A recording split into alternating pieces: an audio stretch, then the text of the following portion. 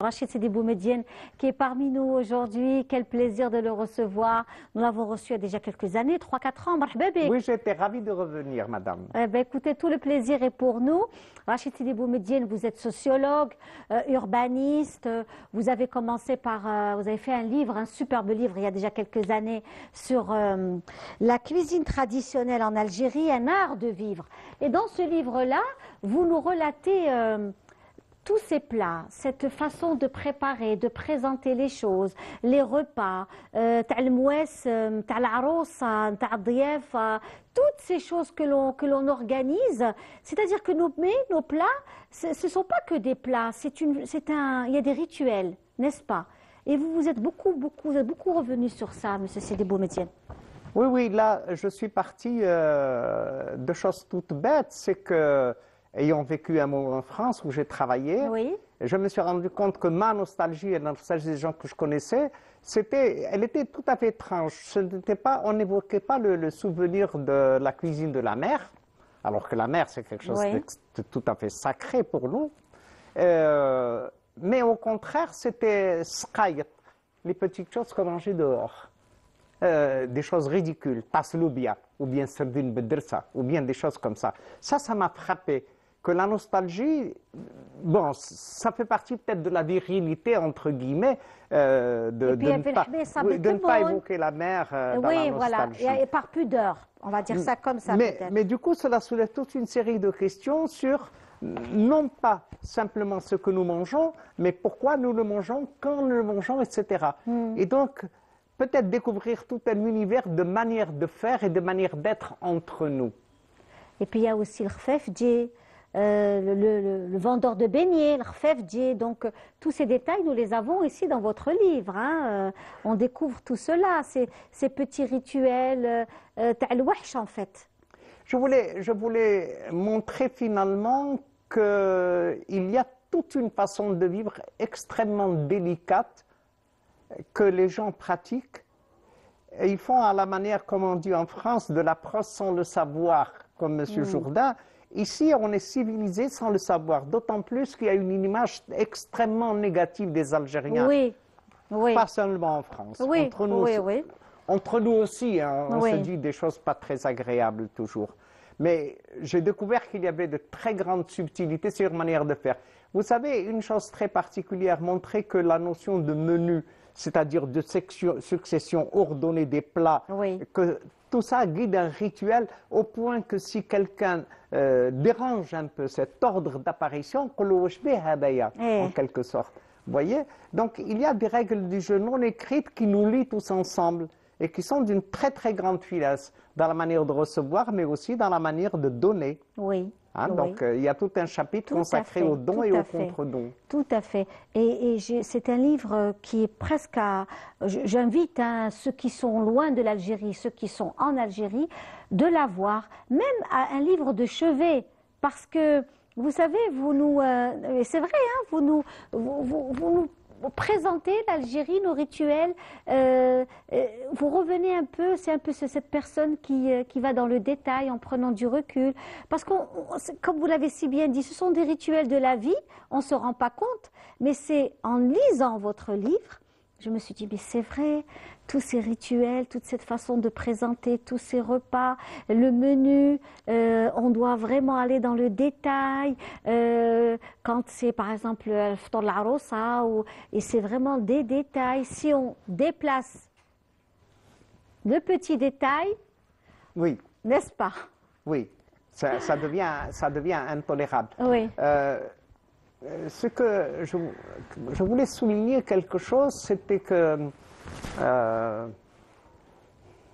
je perds le fil de mes idées. Oui, monsieur Sidi Boumediene. Je voulais vous dire, là où j'ai perdu un peu le fil conducteur, c'est que dans cette question, la question de l'art de vivre, montrer des plats, faire revenir à la surface des choses que tout le monde connaît et que tout le monde oublie d'une certaine manière, et oublier de se sentir civilisé.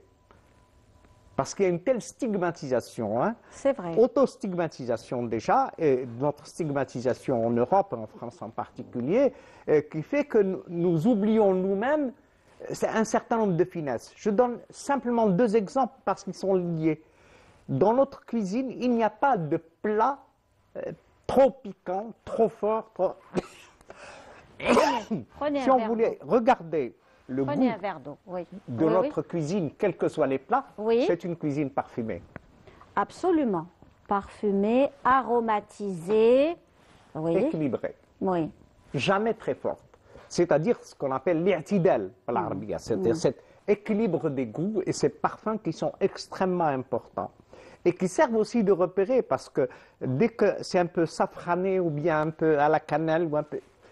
ce petit quelque chose et la touche de la mère de famille tourne toujours autour de cette manière de faire qui est délicate. Une deuxième délicatesse qui ne se voit pas, c'est que si quelqu'un vous invite et que vous allez chez lui, vous êtes sûr de l'ordre d'apparition des menus. Et cet ordre d'apparition, il a 10 siècles de présence. Il est très ancien. Et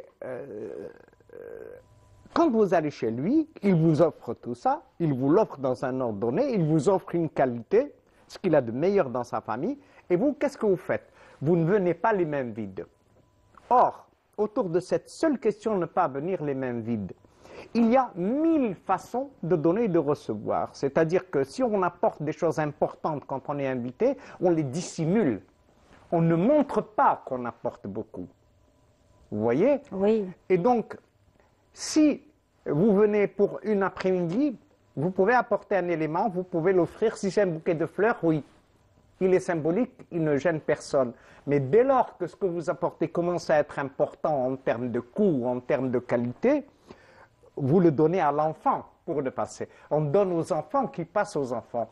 On l'oublie discrètement dans ce coin. On pose le couffin comme ça en quelque sorte. Oui.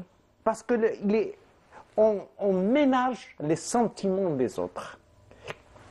Et cette délicatesse dans les rapports, avant de passer à la délicatesse dans les cuisines, les Algériens ignorent trop souvent qu'ils ont cette finesse et cette manière d'être. Il est important de leur rappeler parce qu'on leur rabâche qu'ils sont pas civilisés, etc., etc. Et donc, pardon, Oui, oui, dans je la vous en prie. réappropriation du patrimoine, il y a la réappropriation de nos qualités. Tout à fait. Nous n'avons pas que des défauts. Absolument. Et Je suis tout à fait d'accord avec vous. Et cette subtilité qui est aussi liée à notre religion également, cette pudeur, cette façon d'être, ce raffinement, il y a de la discrétion. Elle est très maghrébine, très dépouillée, très berbère en quelque sorte. Hein. Vous voyez le rôle du burnous dont on parle souvent, le burnous qui cache tout. Hein. Le mur extérieur qui n'est pas décoré, enfin qui n'était pas décoré dans les traditions. Tous ces éléments-là font que la délicatesse des sentiments, la délicatesse des savoir-vivre et des savoir-être sont dissimulés. Et nous en sommes arrivés à accepter leur banalisation. Nous insistons trop souvent sur Parce qu'il y a un déni. les aspects négatifs et pas assez sur le fait de ce que nous sommes. Oui. Or, justement, l'un de nos plaisirs maintenant, c'est de dire à la demoiselle, le berboucha fait rêver tout le monde, le berboucha des Aurès. C'est quelque chose, c'est-à-dire que chaque chose qui est particulière et admirable dans une des régions d'Algérie est saluée, admirée par les autres. Ça fait 30 ans maintenant que les Algériens, quand ils ont un mariage, ne se contentent pas d'être algérois ou constantinois. Ils sont algériens. Ils ont tous les chants et toutes les danses d'Algérie sont dans leur fête. Tout à fait. Et maintenant, l'apport de la demoiselle là, qui a travaillé sur les Aurès, Nassera Belloula. Voilà, les apports du travail fait sur Alger ou autre chose, toutes ces jeunes font notre fierté, alors que, au sens général, ce sont les nôtres. Mais en particulier, ça appartient à une région particulière. Mais c'est magnifique, voilà, c'est ça la diversité. Et nous sommes très fiers. Tout à fait. Alors, on revient à votre fameux livre qui vient de sortir il n'y a pas très longtemps, oui, qu'on va voir dans quelques instants, La céramique d'Alger, toute une histoire. Alors là, vous revenez sur Alger, son histoire, la présence de plusieurs civilisations. Nous voyons le livre, voilà. Le livre est là. Céramique d'Alger, toute une histoire. Et toutes les civilisations qui sont venues à Alger et ce brassage de races. Et là encore, il y a une espèce de banalisation. Nous sommes tellement habitués à penser maison de la Casbah égale un Osaddar, égale une sqifa, égale des colonnes de marbre ou de tuf, etc., avec des carreaux de faïence, que nous oublions de les regarder. Et quand on les regarde... Regardez celle-ci. Voilà. Hein, magnifique. Elles sont superbes et il y en a des centaines comme ça. Et à travers ça, on découvre qu'il y a plusieurs civilisations qui tournent autour et identité, monsieur Boumedienne. Oui, mais au départ, ce sont les musulmans, on va dire, qui, partant du Moyen-Orient, quand il y avait une espèce de poussée scientifique à Bagdad et à Dimashq, et quand l'alchimie est née, hein, s'est développée, on va dire plutôt, et qu'il y a eu la maîtrise des émaux, hein, quand cette civilisation musulmane, quand elle a traversé pour aller jusqu'en Europe, et elle a laissé ses traces en Algérie, il y a encore des traces sur la Qal'adi bin Ahmad et ailleurs, des traces en Andalousie fortes, tellement fortes qu'elles imprègnent la civilisation espagnole. Et ce sont ces carreaux-là qui, 2-3 siècles après, sont revenus en Algérie.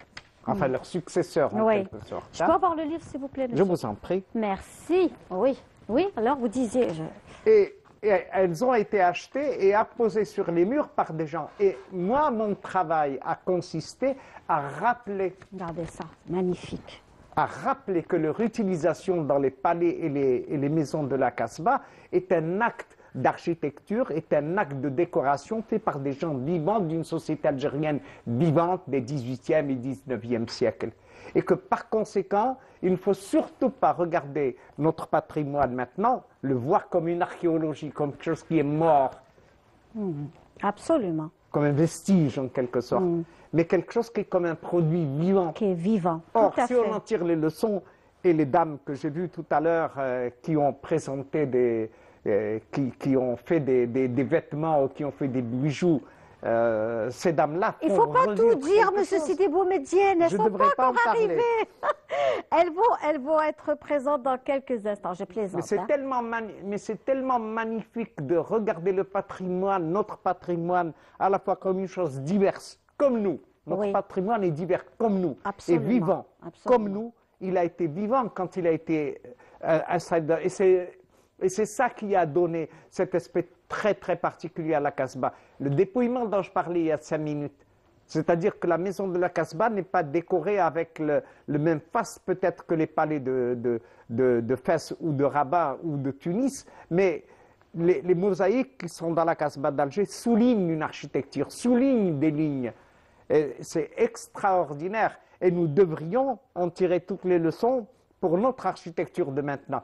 Pas en copiant l'esprit. Oui, oui. L'esprit de ce patrimoine vivant. Tout à fait. Et par conséquent, le réinsérer dans notre époque parce qu'il n'est pas un vestige qu'on doit simplement classifier, mettre dans une vitrine et puis allez, on referme la page, c'est fini. Ça, c'est le patrimoine, c'est le passé. Non. Le patrimoine est une chose extrêmement vivante et il contribue, à mon avis, à renforcer cette espèce de lien qui est en train d'unir tous les Algériens et d'être une contribution à cette diversité qui est en train d'éclater en Algérie. En tous les cas, merci, monsieur Sidi Boumedienne, d'avoir été parmi nous. C'était un pur bonheur d'avoir déjà parlé de revenir sur votre livre. Qui est très intéressant et j'invite vraiment ceux qui nous suivent à l'avoir à leur chevet à la maison parce que c'est vraiment c'est un pur délice pour rester dans l'art culinaire et en même temps on revient sur nos traditions, nos us et coutumes, notre façon de réfléchir et cette réflexion, j'allais dire presque commune, liée à cet art de vivre. Cet art de vivre 100% algérien. Vous savez, le fait qu'il fasse saliver n'est pas contradictoire avec le fait qu'il fasse réfléchir. Absolument, et donc, tout à fait. On peut prendre un double plaisir. Tout à fait, tout à fait. Merci beaucoup.